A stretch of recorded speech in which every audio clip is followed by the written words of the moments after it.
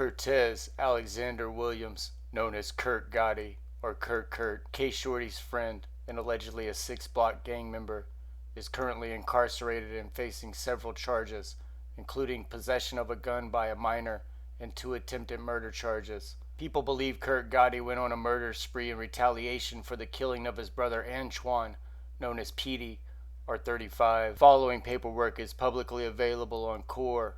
My name is Bobby Smokes. Please subscribe. On 6/21/21, I was dispatched to the 1700 block of Monaco Drive in reference to a person shot. I arrived at UH Health and spoke to Redacted, known hereafter as Victim, who sustained a gunshot wound to the neck and back. Victim Redacted, hereafter known as Victim, and Redacted, hereafter known as Witness, went to a gas station at Harts Road of Valero to get cigarettes. Victim Redacted advised an unknown black male suspect wearing a bright orange shirt and jeans left the inside of the store and got into a dark-colored Dodge Charger. He advised the individual was carrying a rifle in his waistband and went into the store prior to getting into the Dodge Charger. When the individual left the store, he almost dropped his rifle as he was trying to run to the Dodge Charger. To prevent himself from dropping the rifle, he removed it from his waistband and carried it in his hands. The Dodge Charger left the gas station and waited for the victim to leave the gas station. The victims left the gas station and the victim, Redacted, noticed the Dodge Charger behind them at the traffic light at the intersection of Harts Road and Dunn Avenue. They proceeded through the intersection and got into the turning lane to go to Monaco Drive and Dunn Avenue. They noticed the vehicle was behind them again, so they turned into the parking lot adjacent to the Checkers. When they entered the most northern entrance of the parking lot, the occupants of the Dodge Charger began shooting at the victim several times. The victims fled through the parking lot and arrived at Redacted's address.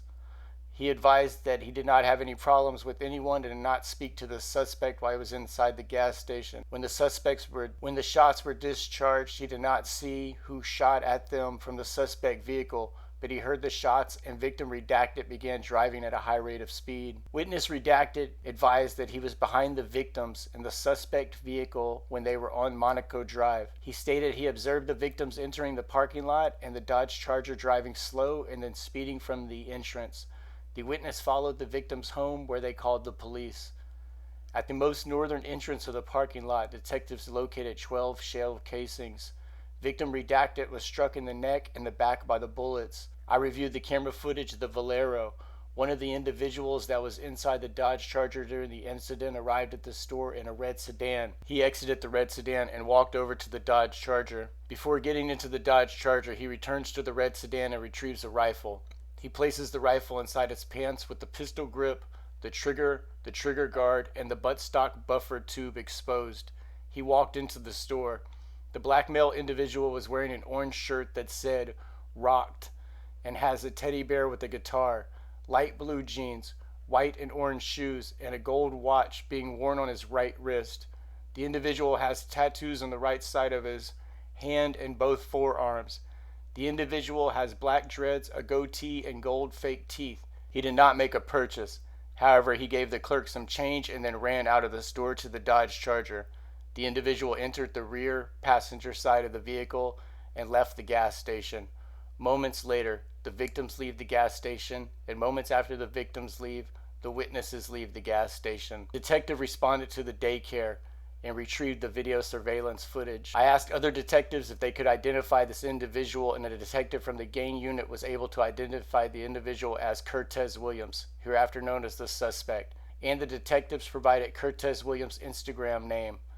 The Instagram was provided. On the Instagram account, the suspect has several photos of himself wearing the same outfit and holding the same firearm that was captured in the video footage at the Valero. The firearm utilized in the shooting in this case was recovered after executing a search warrant at the suspect's residence.